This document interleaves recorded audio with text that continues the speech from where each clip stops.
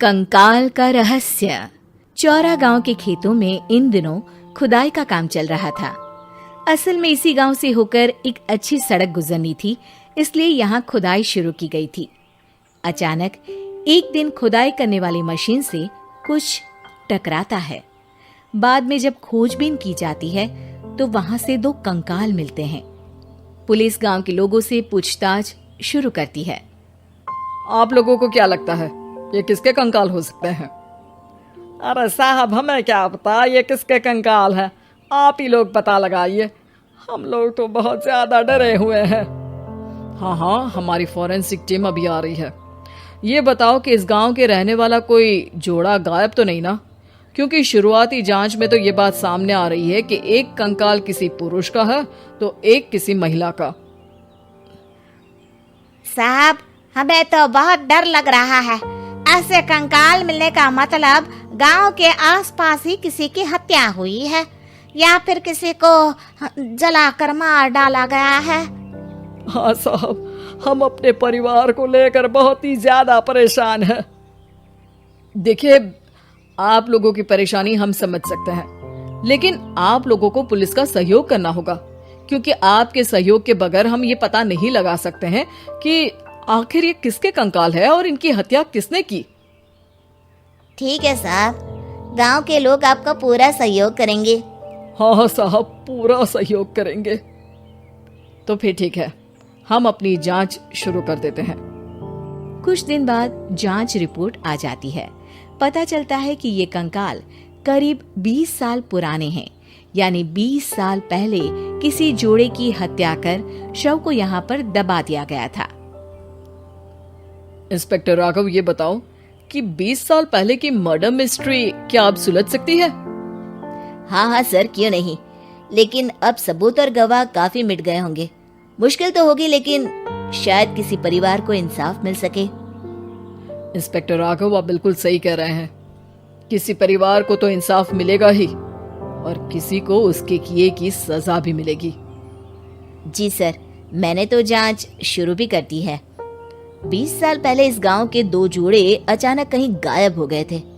मैंने दोनों ही परिवारों के बाकी के सदस्यों से बातचीत शुरू की तो उन्होंने बताया कि उनके बच्चे शहर गए थे, लेकिन आज तक वापस नहीं लौटे हैं। लेकिन ये दोनों शव किस परिवार के सदस्यों के हैं, ये कैसे पता चल सकेगा? सर, मैंने डीएनए टेस्ट करवा लिया है। आज शाम तक इसकी रिपोर्ट भी आ जाएगी। अच्छा, ठीक है।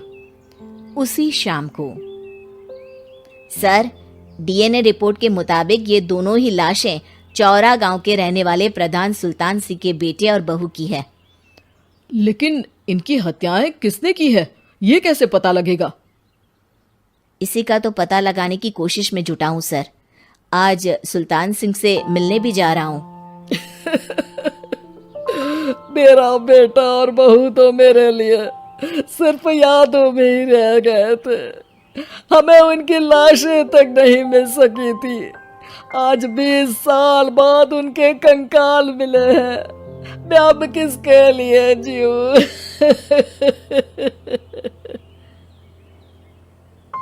लेकिन सर, क्या आपकी किसी से कोई दुश्मनी थी? अपने बेटे बहू की हत्या के लिए आप किसे जिम्मेदार मान रहे हैं? अब मैं किसका नाम बोलूं? मेरी तो किसी से दुश्मनी नहीं थी, बस मेरे बेटे बहू को कोई वापस ला पाता।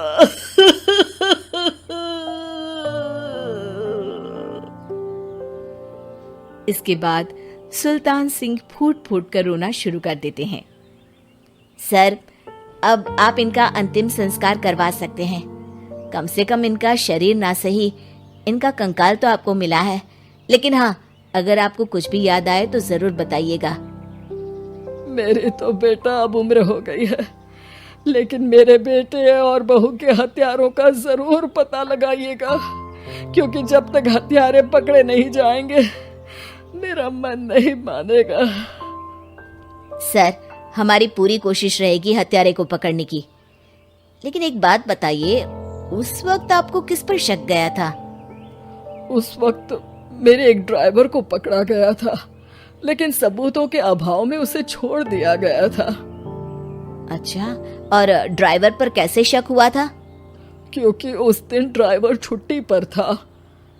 उस समय लेकिन लाश क्यों नहीं मिल सकी थी? उस वक्त पुलिस ने बहुत कोशिश की थी, लेकिन दोनों की डेड बॉडी नहीं मिल सकी थी। ठीक है, हमारी तफ्तीश चल रही है, मैं फिर आऊंगा। इसके बाद इंस्पेक्टर वहां से चला जाता है और सुल्तान सिंह अपने बेटे और बहू की याद में खो जाते हैं। कुछ दिन बाद सुल्तान सर, एक बात बताइए, जब आपके बेटे बहू की हत्या हुई थी, उसी के आसपास आपके ही गांव का रहने वाला एक और जोड़ा उसी वक्त गायब हो गया था ना? हाँ सर, अलका और अभिषेक, वो भी मेरे बच्चों जैसे ही थे। तो फिर वो कहाँ है?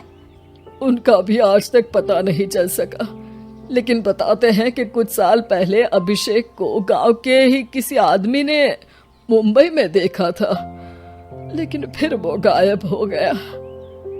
यानी अभिषेक और अलका की हत्या नहीं हुई थी, बल्कि उन्होंने किसी वजह से खुद ही गांव छोड़ दिया था।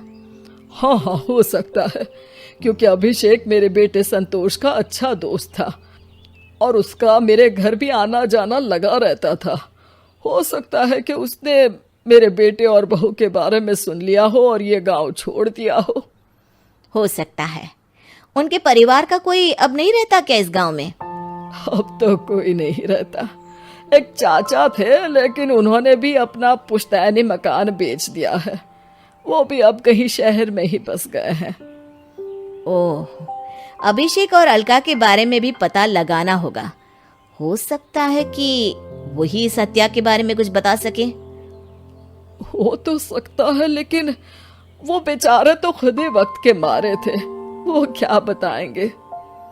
फिर भी सर, जब केस दोबारा खुला है तो जांच तो करनी ही पड़ेगी, और इस बार तो लाशें भी बरामद हुई है। कुछ दिन तक लगातार तफ्तीश चलती रही। एक दिन थाने से सुल्तान सिंह को फोन आता है। हाँ, कौन बोल रहा है? सर, मैं कांस्टेबल तुलाराम बोल रहा हूँ थाने से।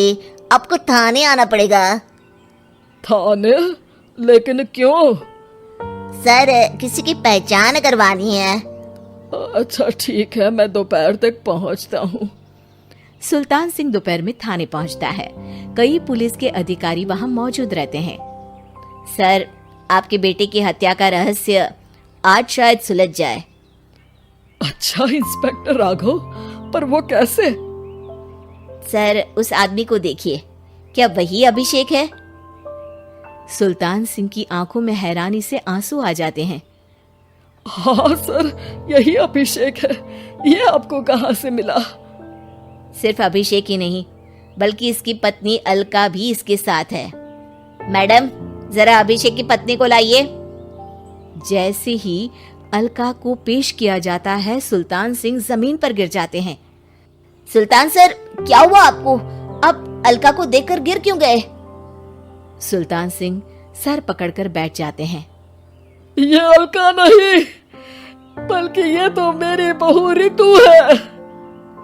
पूरा थाना एक दूसरे का मुंह देखने लगता है। क्या? इसके बाद हर किसी को दो कंकाल और हत्या का रहस्य समझ में आ गया। अभिषेक और रितु ने मिलकर संतोष और अलका की हत्या की थी और लाश को जमीन के नीचे दबा दिया था। आज 20 साल बाद इस हत्या का रहस्य खुल सका था कि अवैध प्रेम संबंध में दो मासूमों की जान गई थी।